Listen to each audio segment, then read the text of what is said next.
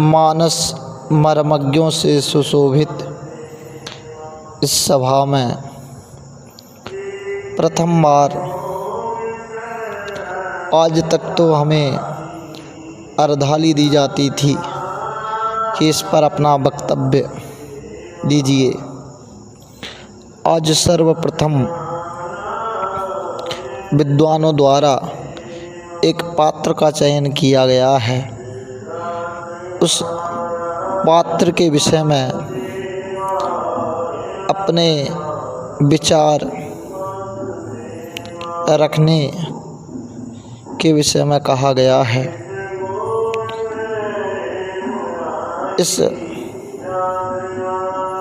इसके पूर्व तो किसी अर्धाली विशिष्ट अर्धाली चौपाई के ऊपर वक्तव्य की बात सामने आती रही, पर यह सर्वप्रथम बार है और बहुत अच्छा भी है।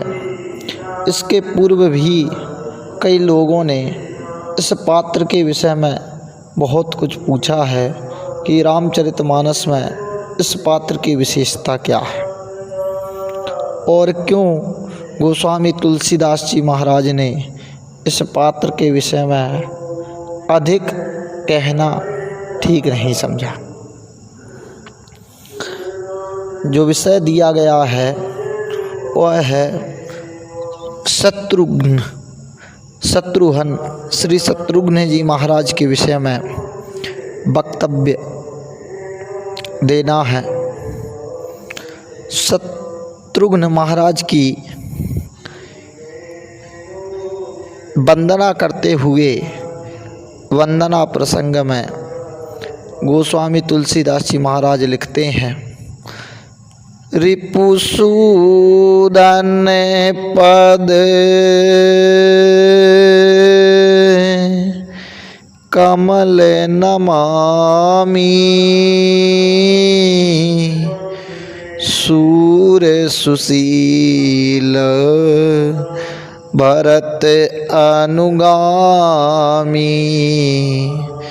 गोस्वामी जी कहते हैं कि मैं सर्वप्रथम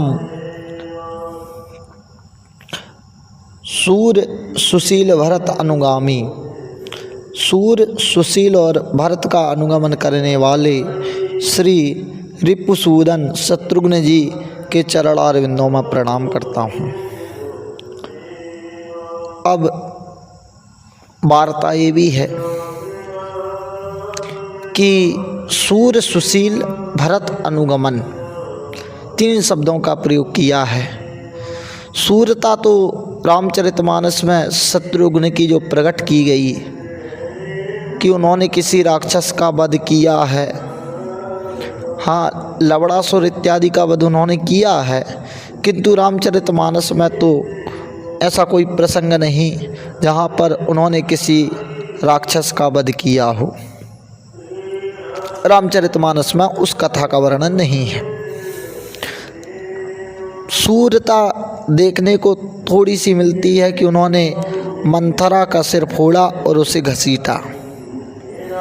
सुशील तो श्री शत्रुघ्न जी महाराज का चरित्र सुशीलता से भरा हुआ है और भरत का अनुगमन करना उनका तो विशिष्ट धर्म है। वह सदैव भरत जी के ही पीछे रहे, भरत जी के ही सेवा किए, यह उनका विशिष्ट भाव था। अब वार्ता आती है कि इस पात्र के विषय में गोस्वामी तुलसीदास जी महाराज ने अधिक वर्णन क्यों नहीं किया। गोस्वामी तुलसीदास जी महाराज शत्रुघ्न जी महाराज के चरित्र और भाव को जानते थे, प्रसन्न होते थे तो वह दोनों का कहते थे कि दोनों प्रसन्न हैं, पर विशिष्ट रूप से वर्णन भरत जी का ही करते थे। क्योंकि जो रामचरितमानस में गोपी के समान अर्थात जो अपना प्रेम अपना ज्ञान छुपाना चाहता है, एक गोपी के सदृश जो गोपनशीला जिसका प्रेम है, चरित्र है, भाव है, और गोपी के सदृश छुपा हुआ जो चरित्र है रामचरितमानस में, वह श्री शत्रुघ्न जी महाराज का है। यदि हम कहें रामचरितमानस में गोपी शत्रुघ्न जी महाराज हैं तो कोई अतिशयोक्ति नहीं है। उनके चरित्र, भाव, व्यवहार, प्रेम सबसे यह फिट बैठता है। उनके लिए यह भाव गोपी कहना कोई ठीक है, किसी भी प्रकार की इसमें अतिशयोक्ति नहीं है और ना ही कोई दोष है, क्योंकि रामचरितमानस के वो गोपी हैं। गोपनशीला उनका व्यवहार है, वो छुपाना चाहते हैं। उनका जो चरित्र है, भाव है, ज्ञान है, व्यवहार है, वो छिपा हुआ है। और छिपाने का भाव श्री शत्रुघ्न जी महाराज का स्वयं का है। वो खुद अपने आप को आगे प्रस्तुत करना नहीं चाहते, इसलिए उनके स्वभाव का आदर करते हुए गोस्वामी तुलसीदास ने उनके विषय में ज़्यादा कुछ ना कहकर उनके स्वभाव को ही परिपुष्ट किया है। इसका अर्थ यह नहीं है कि हम शत्रुघ्न के बिना रामचरित या रामायण या राम की कथा को पूर्ण समझें या यह समझें कि उनके बिना आगे कथा बढ़ सकती है। ऐसा हो ही नहीं सकता, क्योंकि वह एक विशिष्ट पात्र है जिसके चरित्र भाव का वर्णन गोस्वामी तुलसीदास जी के लिए आवश्यक नहीं था, क्योंकि वह उनके उस छिपे हुए भाव को ही परिपुष्ट रखना चाहते थे। इसका अर्थ यह नहीं कि हम यह माने कि शत्रुघ्न के बिना भी रामचरितमानस में कोई विशिष्ट अंतर नहीं होगा। ऐसा हो ही नहीं सकता, क्योंकि कथा में शत्रुघ्न की आवश्यकता नितांत जरूरी है। अब रहा भाव कि शत्रुघ्न अवतार किसके हैं, तो वशिष्ठ जी महाराज ने नामकरण के समय में श्री शत्रुघ्न के विषय में लिखा कि जाके सुमिरण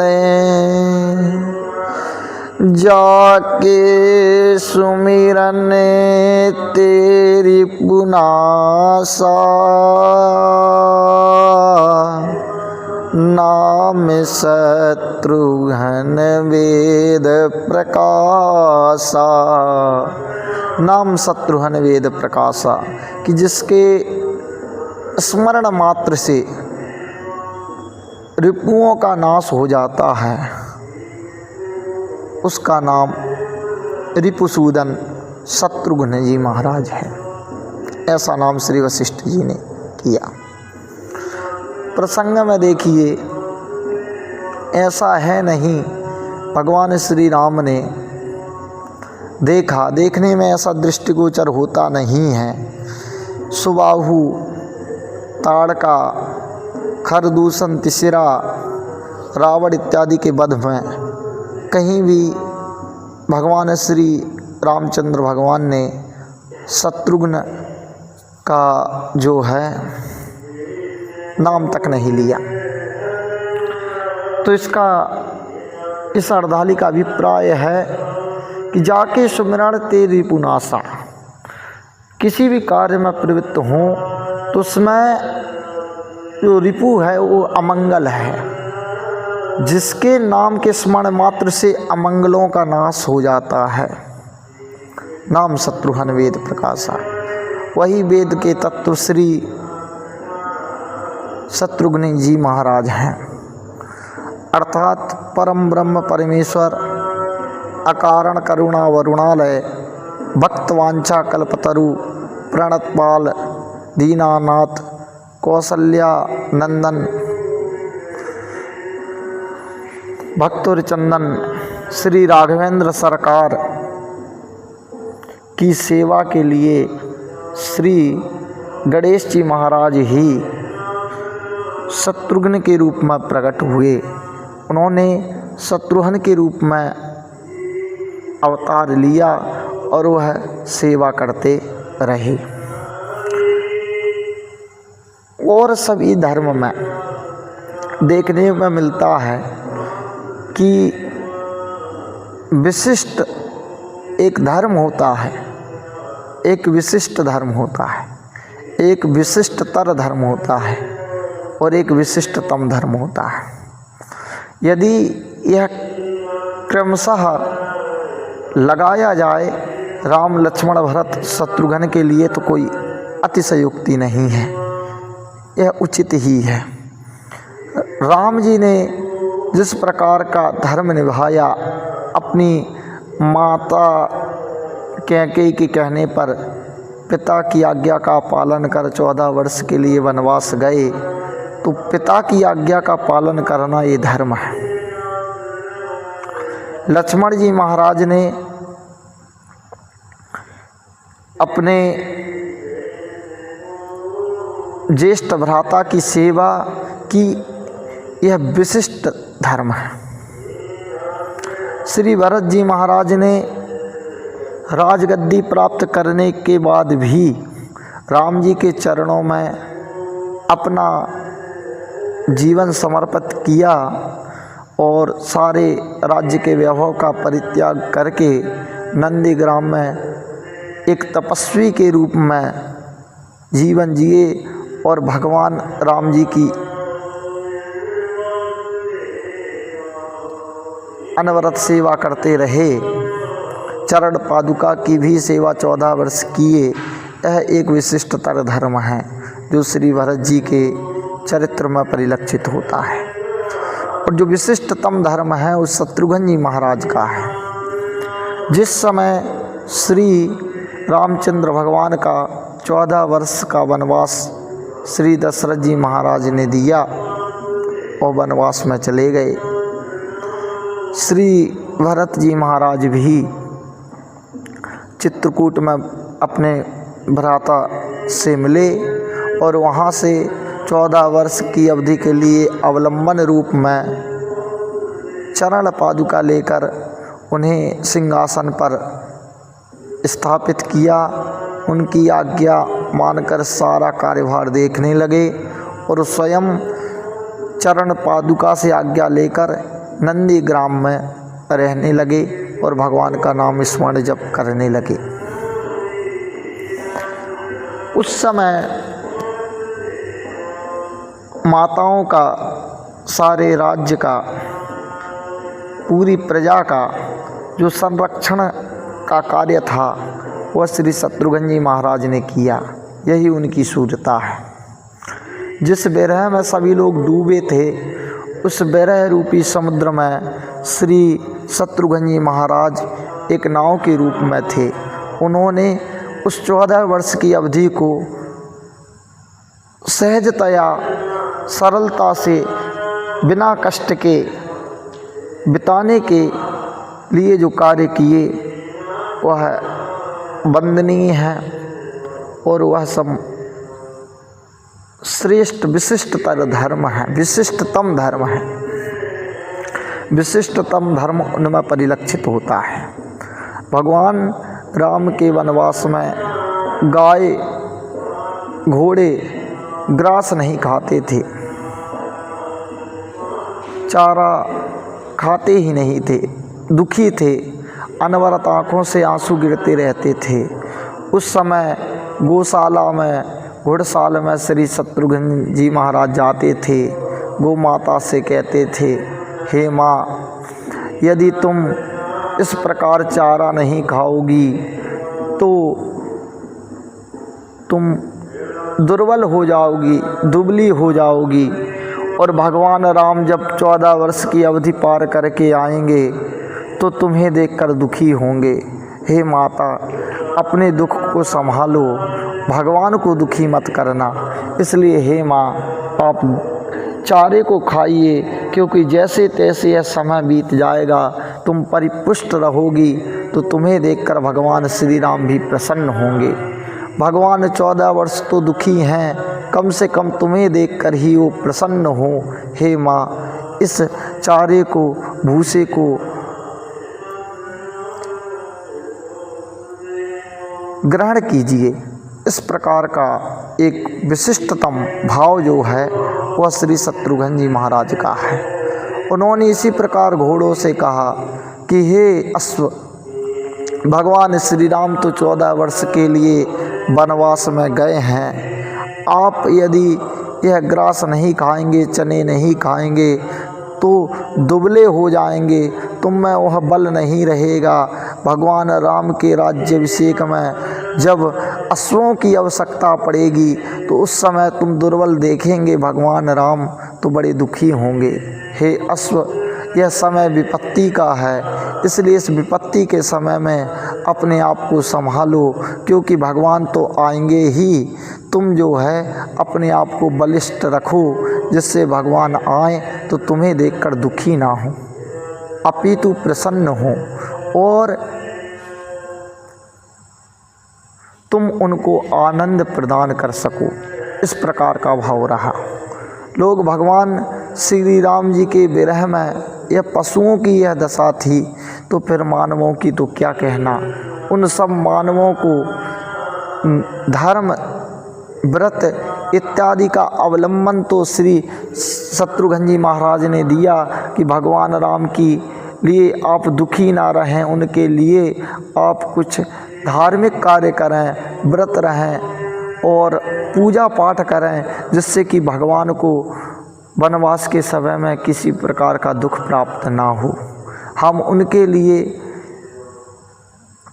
दुआ का आश्रय लें, भगवान की कृपा का आश्रय लें कि हम भगवान के लिए आशीर्वचनों का प्रयोग करें कि भगवान जीवन में वनवास के समय में दुखी ना हो, अपितु आनंदित रहें। और भगवान राम जब लौट कर आए तो आपको दुर्बल देखकर उनके मन में कष्ट ना हो, इसलिए सभी प्रजा को श्री शत्रुघ्न जी महाराज समझाते थे कि भैया आप व्रत कीजिए, उपवास कीजिए, सब कीजिए, पर जो है विरह में इतने मत डूबिए कि 14 वर्ष की अवधि बीतना कठिन हो जाए, क्योंकि 14 वर्ष हम अपने 14 वर्ष के समय को भक्ति में लगाएं, उसके बाद भगवान राम आएंगे, हमें देखकर प्रसन्न होंगे। इस प्रकार का भाव जो था श्री शत्रुघ्न जी महाराज का था। इसलिए शत्रुघ्न जी महाराज का चरित्र एक विशिष्टतम है। जिस प्रकार धर्म, अर्थ, काम, मोक्ष, यह 4 पुरुषार्थ हैं, इन 4 पुरुषार्थों को संतों ने,